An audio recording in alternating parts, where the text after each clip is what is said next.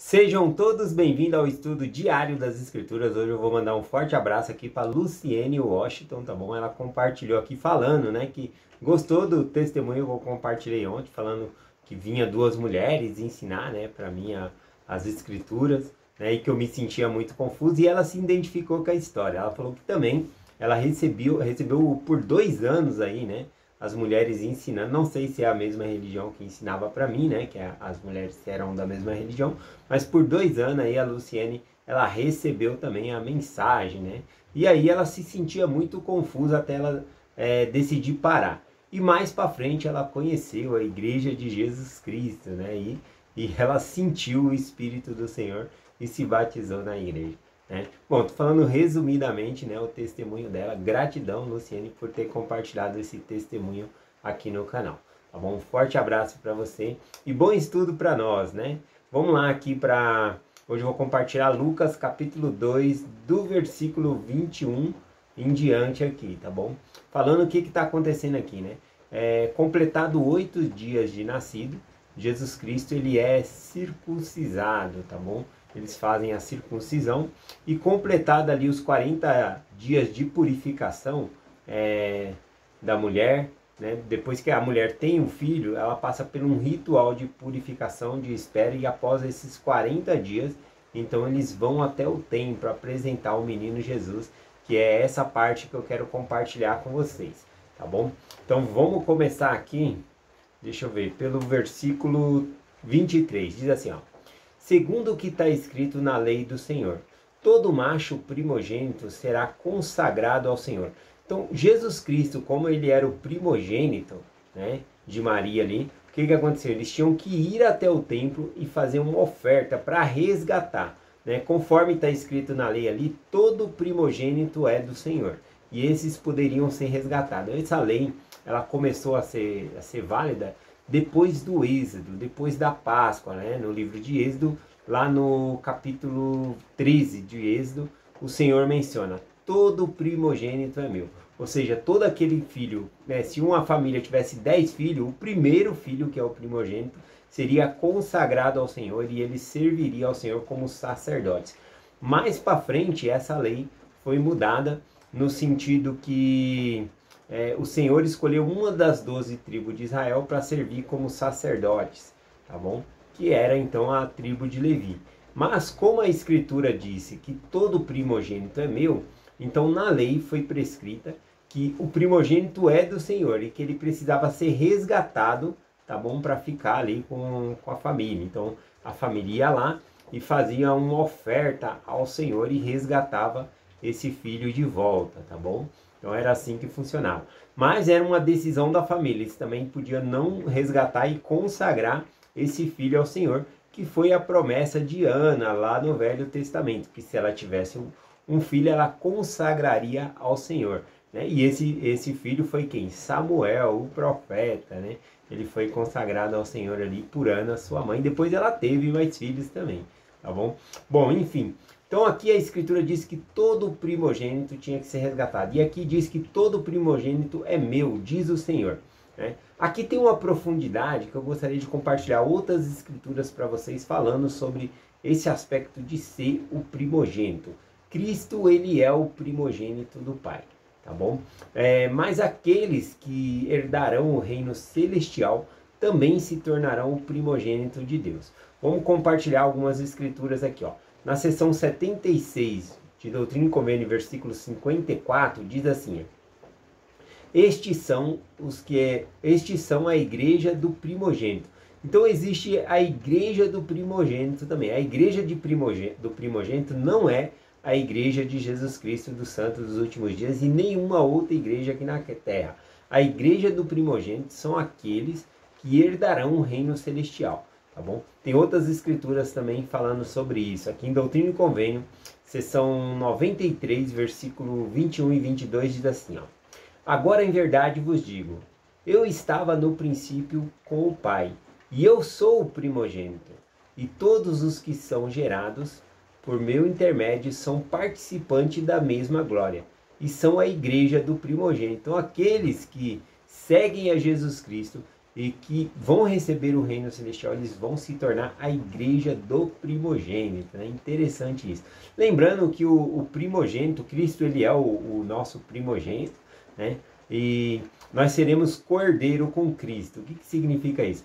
O cordeiro significa ter todos os direitos iguais, mas Cristo, ele é o nosso primogênito.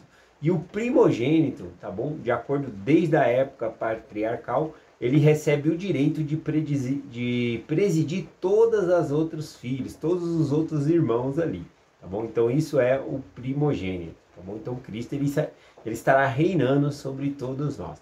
Mas nós também se tornaremos primogênitos, como diz essa escritura. Vou ler uma escritura que fala sobre isso também, lá em Hebreus capítulo 12, versículo 23. Diz assim, ó: a Assembleia Geral e a Igreja dos Primogênitos. Aqui já coloca no plural, né? A Igreja dos Primogênitos. Então aqueles, né, que herdarão o reino celestial, lá no tópico em cima, explicando sobre esse versículo, diz assim, ó: os santos exaltados pertencem à Igreja do Primogênito, né? Bem explicado. Mas o versículo ele diz assim: a Assembleia Geral e a Igreja dos Primogênitos, que estão escritos nos céus, e a Deus, juiz de todos os espíritos, dos justos aperfeiçoados. Então aqueles que conseguem ser aperfeiçoados por meio da expiação de Jesus Cristo e herdar o reino celestial, esses vão ser a igreja do primogênito, tá bom? Então a igreja do primogênito, ela não está aqui na terra, tá bom? Tem uma tradução no Velho Testamento feita por Joseph Smith também, falando que a igreja do primogênito vai vir, né, no milênio, né? Então nós sabemos que é a cidade de Sião, ela é essa igreja do primogênito também. Vamos dar continuidade aqui no estudo, né, falando aqui sobre Jesus Cristo. Versículo 24, né? Lucas capítulo 2, versículo 24. Continua dizendo aqui, né? E para darem a oferta segundo disposto na lei do Senhor, um par de rolas ou 2 pombinhos. Bom, então aqui mostra que Maria e José, eles foram até o templo para resgatar o seu filho, porque ele é o primogênito, ele foi resgatado ali. E eles levaram como oferta um par de rolinha ou 2 pombinhos, tá bom? Aqui poderia ser a oferta. Na verdade, lá no Velho Testamento é prescrito que a oferta para o resgate do primogênito deveria ser ali 2 gado miúdos, né? Isso significaria ovelhas, né? Então, era a oferta que se deveria dar. Depois foi prescrito na lei que quem fosse pobre ou não tivesse condições poderia fazer essa oferta com 2 pombinhas ou 2 rolinhas, tá bom? E é a oferta. E esse versículo ele caracteriza que realmente Maria e José, eles não eram ricos, tá bom? Também não eram tão pobres, né, como muitas pessoas colocam também, mas eles não eram abastados de herança ou coisa assim, tá bom? Então eles eram pobres aqui a própria escritura fala isso, porque com certeza nós estamos vendo durante todo o estudo aqui a devoção, né, de Maria e José. E aí o que acontece? Com essa devoção a gente sabe que eles ofertariam o melhor ao Senhor. E o melhor que eles tinham para dar era essa oferta aqui, que era a mais simples, que foi dada aqui. Um par de rolinha, né, ou 2 pombinhas. Continuando aqui, versículo 25. Eis que havia em Jerusalém um homem cujo nome era Simeão. Este era homem justo, temente a Deus, e esperava a consolação de Israel. E o Espírito Santo estava sobre ele. Bom, então nós podemos ver aqui que quando eles levam Jesus Cristo, né, até o templo, né, para fazer essa oferta e fazer o resgate ali, né, de primogênito, tinha um homem, conforme diz a escritura aqui, Simeão, que era um homem justo, e ele esperava a consolação de Israel. A consolação de Israel é o próprio Messias, que traria paz a Israel. Mas que tipo de paz, né? Porque ele pagaria pelos nossos pecados. Então ele traz paz entre nós e Deus, tá bom? Trazendo assim a salvação. Então ele esperava, porque ele fora prometido isso, né? Por meio do Espírito. Olha o que o versículo continua dizendo, 26. E fora-lhe divinamente revelado pelo Espírito Santo, que ele fora que ele não morreria antes de ter visto o Cristo, o Senhor. E pelo Espírito foi ao templo. E quando os pais trouxeram o menino Jesus, para com ele proceder segundo o uso da lei. Então, Maria e José levaram ali, né, o menino Jesus, e quem estava lá era Simeão. Aqui diz que ele foi ao templo guiado pelo Espírito, né? Ele como ele sempre estava no templo, né? Igual um oficiante, tem os dias certos. Mas naquele dia ele se sentiu inspirado. Não era o dia dele estar lá, mas ele se sentiu inspirado a estar lá, né? E fora-lhe prometido pelo Espírito também que ele não morreria sem ver a salvação. Que interessante, né? Então ele foi guiado ao templo e ele vê a salvação ali, né? Ele vai pegar Jesus Cristo no braço aqui. Vamos ler aqui o versículo 28. Ó, do versículo 28 em diante aqui, nós temos um louvor de Simeão, né? Uma canção de Simeão cantada aqui, mas diferente da canção de Maria e da canção de Zacarias, aqui é muito mais uma canção teológica, né? Ele fala com muita mais profundidade do papel do Messias, de Jesus Cristo aqui, tá bom? Então vamos lá, aqui diz o seguinte, né? Versículo 28. Ele então tomou em seus braços e louvou a Deus e disse, ele pegou a criança no braço, Jesus, e começou a dizer, agora, Senhor, despede em paz o teu servo, segundo tua palavra. Bom, aqui na Escritura não menciona quantos anos Simeão tinha, né? Mas acredito que ele havia recebido essa promessa e não fala quando que ele recebeu essa promessa, que ele não morreria sem antes ver os seus olhos ver a salvação, né? E ao passar do tempo ali, acredito que ele bem velhinho, né? Só a capa do Batman ali, só o pó da gaita ali, né? E ele pensando e confiando nessa promessa. Ah, eu tô velhinho aqui, né? Mas eu sei que eu não vou morrer ainda, né? Porque só vai chegar a minha hora depois que eu ver a salvação, porque me foi prometido pelo Espírito isso, né? E aqui então ele pega a criança nos braços e diz, despede o teu servo em paz, né? O versículo diz assim, ó, e então tomou em seus braços e louvou a Deus e disse, agora, Senhor, despede em paz o teu servo, segundo tua palavra. Essas palavras dele aqui, despede o teu servo em paz, ele está dizendo isso com muita alegria. Não é que ele estava sofrendo e já querendo morrer, não, mas ele está dizendo com muita alegria, por agora ele está vendo a salvação. Olha o que ele continua dizendo aqui no versículo 30.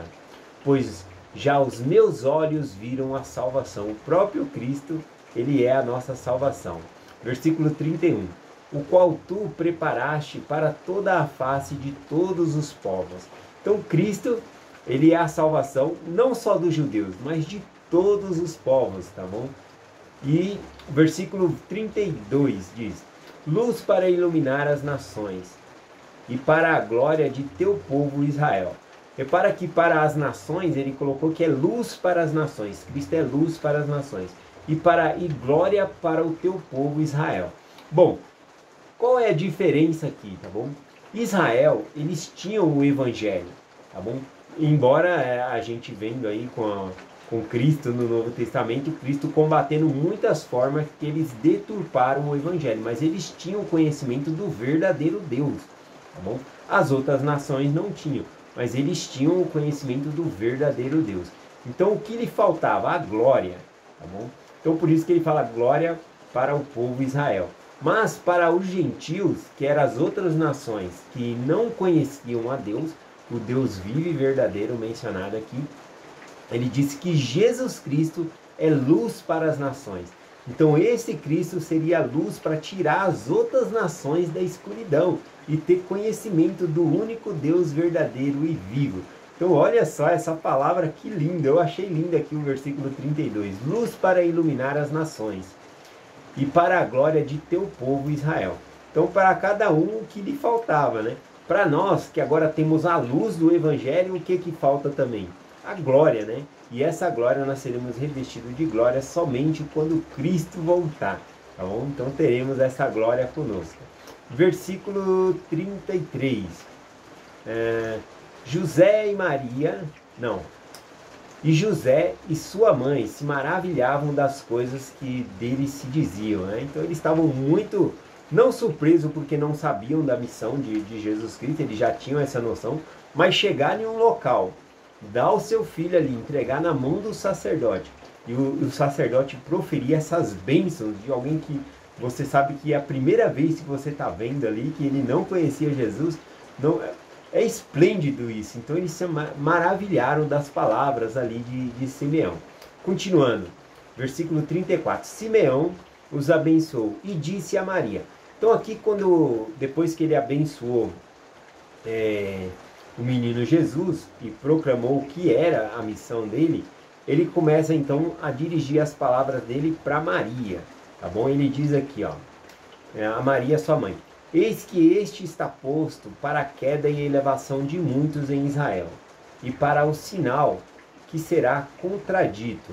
Esse sinal contradito aqui é sinal contraditório, ou seja, Jesus Cristo iria contra ali o que eles estavam pregando de errado, né? Ele não se calaria. Então tem essa questão aqui que Cristo ele se posiciona ali, né? A gente vai ver que muitas vezes vai debater com os religiosos para colocar as coisas no eixo aqui, né? Aqui quando fala que ele é posto para queda e elevação, é porque Cristo ele é a rocha. A rocha, porque queda, porque também ele se torna uma pedra de tropeço para aqueles que vão contra Cristo. Mas aqueles que se unirem a Cristo e aceitarem a Cristo, ele é a pedra, ou seja, ele é a nossa rocha, rocha proteção, tá bom? Então, por isso que diz aqui que ele é tanto uma rocha para aqueles que aceitam a Cristo, vão ser elevados, e aqueles que não acreditam, que vão contra Cristo, vão tropeçar, tá bom? Ele vai servir de pedra de tropeço, ou seja, tudo, o centro do Evangelho é Jesus Cristo, tá bom?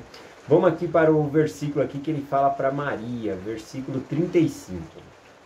Ele diz assim, uma espada transpassará também a tua própria alma, para que se manifeste os pensamentos de muitos corações. Bom, essa parte aqui é muito dolorida, por quê? Né? No livro Jesus, algumas pessoas interpretam aqui, uma espada transpassará também a tua alma, né? Poucas pessoas, na verdade, né? Considera que quando Cristo está na cruz ali, o soldado vem com a lança e no lado dele ali, né, finca a lança ali, aí vai sair água, sangue. Assim, pouquinhas pessoas interpretam isso como se fosse ali, mas aqui Simeão ele está sendo bem claro que a espada vai ser transpassada em Maria, só que não é uma espada física. Olha como ele colocou as palavras aqui, ó. Uma espada transpassará também a tua alma, ou seja, é a alma dela que seria ferida ali, para que se manifestasse o pensamento de muitos corações. Bom, nós temos na história muitos mártires, né? Pessoas que morreram em nome do Evangelho, que não negaram a Cristo, né? E eu acredito, é minha opinião pessoal aqui, que Maria, ela sofreu mais do que qualquer um desses mártires, né, ao ver o seu próprio filho ser morto, ser crucificado. Então isso é a espada que transpassou a sua alma, né? Uma mãe, saber da morte de um filho já é algo assim, nossa, uma espada já transpassa a alma da mãe, né? Imagina Maria vendo o seu filho, né, sendo crucificado e morto ali, né? Então realmente uma espada transpassou a alma dela ali, né? Então o sacrifício dela ali eu acho que foi maior do que muitos mártires, né? Nesse sentido, tá bom? Então eu me coloco assim nessa posição. Eu preferia ser um mártir e morrer do que ver minha filha morrendo, né? Então aqui é muito complicado. E a gente vê que Simeão ele dirige essas palavras para Maria, né? Não para José. José já teria morto, ele não veria Cristo ser crucificado, mas Maria veria e ela teria então essa espada transpassada sobre a sua alma, tá bom? Eu só quero compartilhar o meu testemunho, que eu sei que Jesus Cristo vive, que ele morreu por nós, né? Ele era um bebezinho tão frágil, né? Tão pequeno, ali Simeão segurando ele, né? E Simeão olhando para aquela criança e vendo com um olhar futuro. Esta é a salvação, né? Não a salvação política. Ele não estava enxergando um rei político ali que tiraria o povo da escravidão ali, da nação romana, né? Que oprimia eles ali. mas via ele como Salvador do mundo, né? Então olha que interessante, luz para todo. Então Simeão ele estava com um olhar certo, profético aqui sobre Jesus Cristo. Eu presto meu testemunho que Jesus Cristo ele é o meu Salvador, né? Que eu o amo e eu quero muito poder abraçá-lo e eu nem tenho palavras para descrever o que eu vou fazer, né? Mas eu sou muito grato pelo meu Salvador e eu compartilho essa mensagem com vocês em nome de Jesus Cristo. Amém. Até amanhã.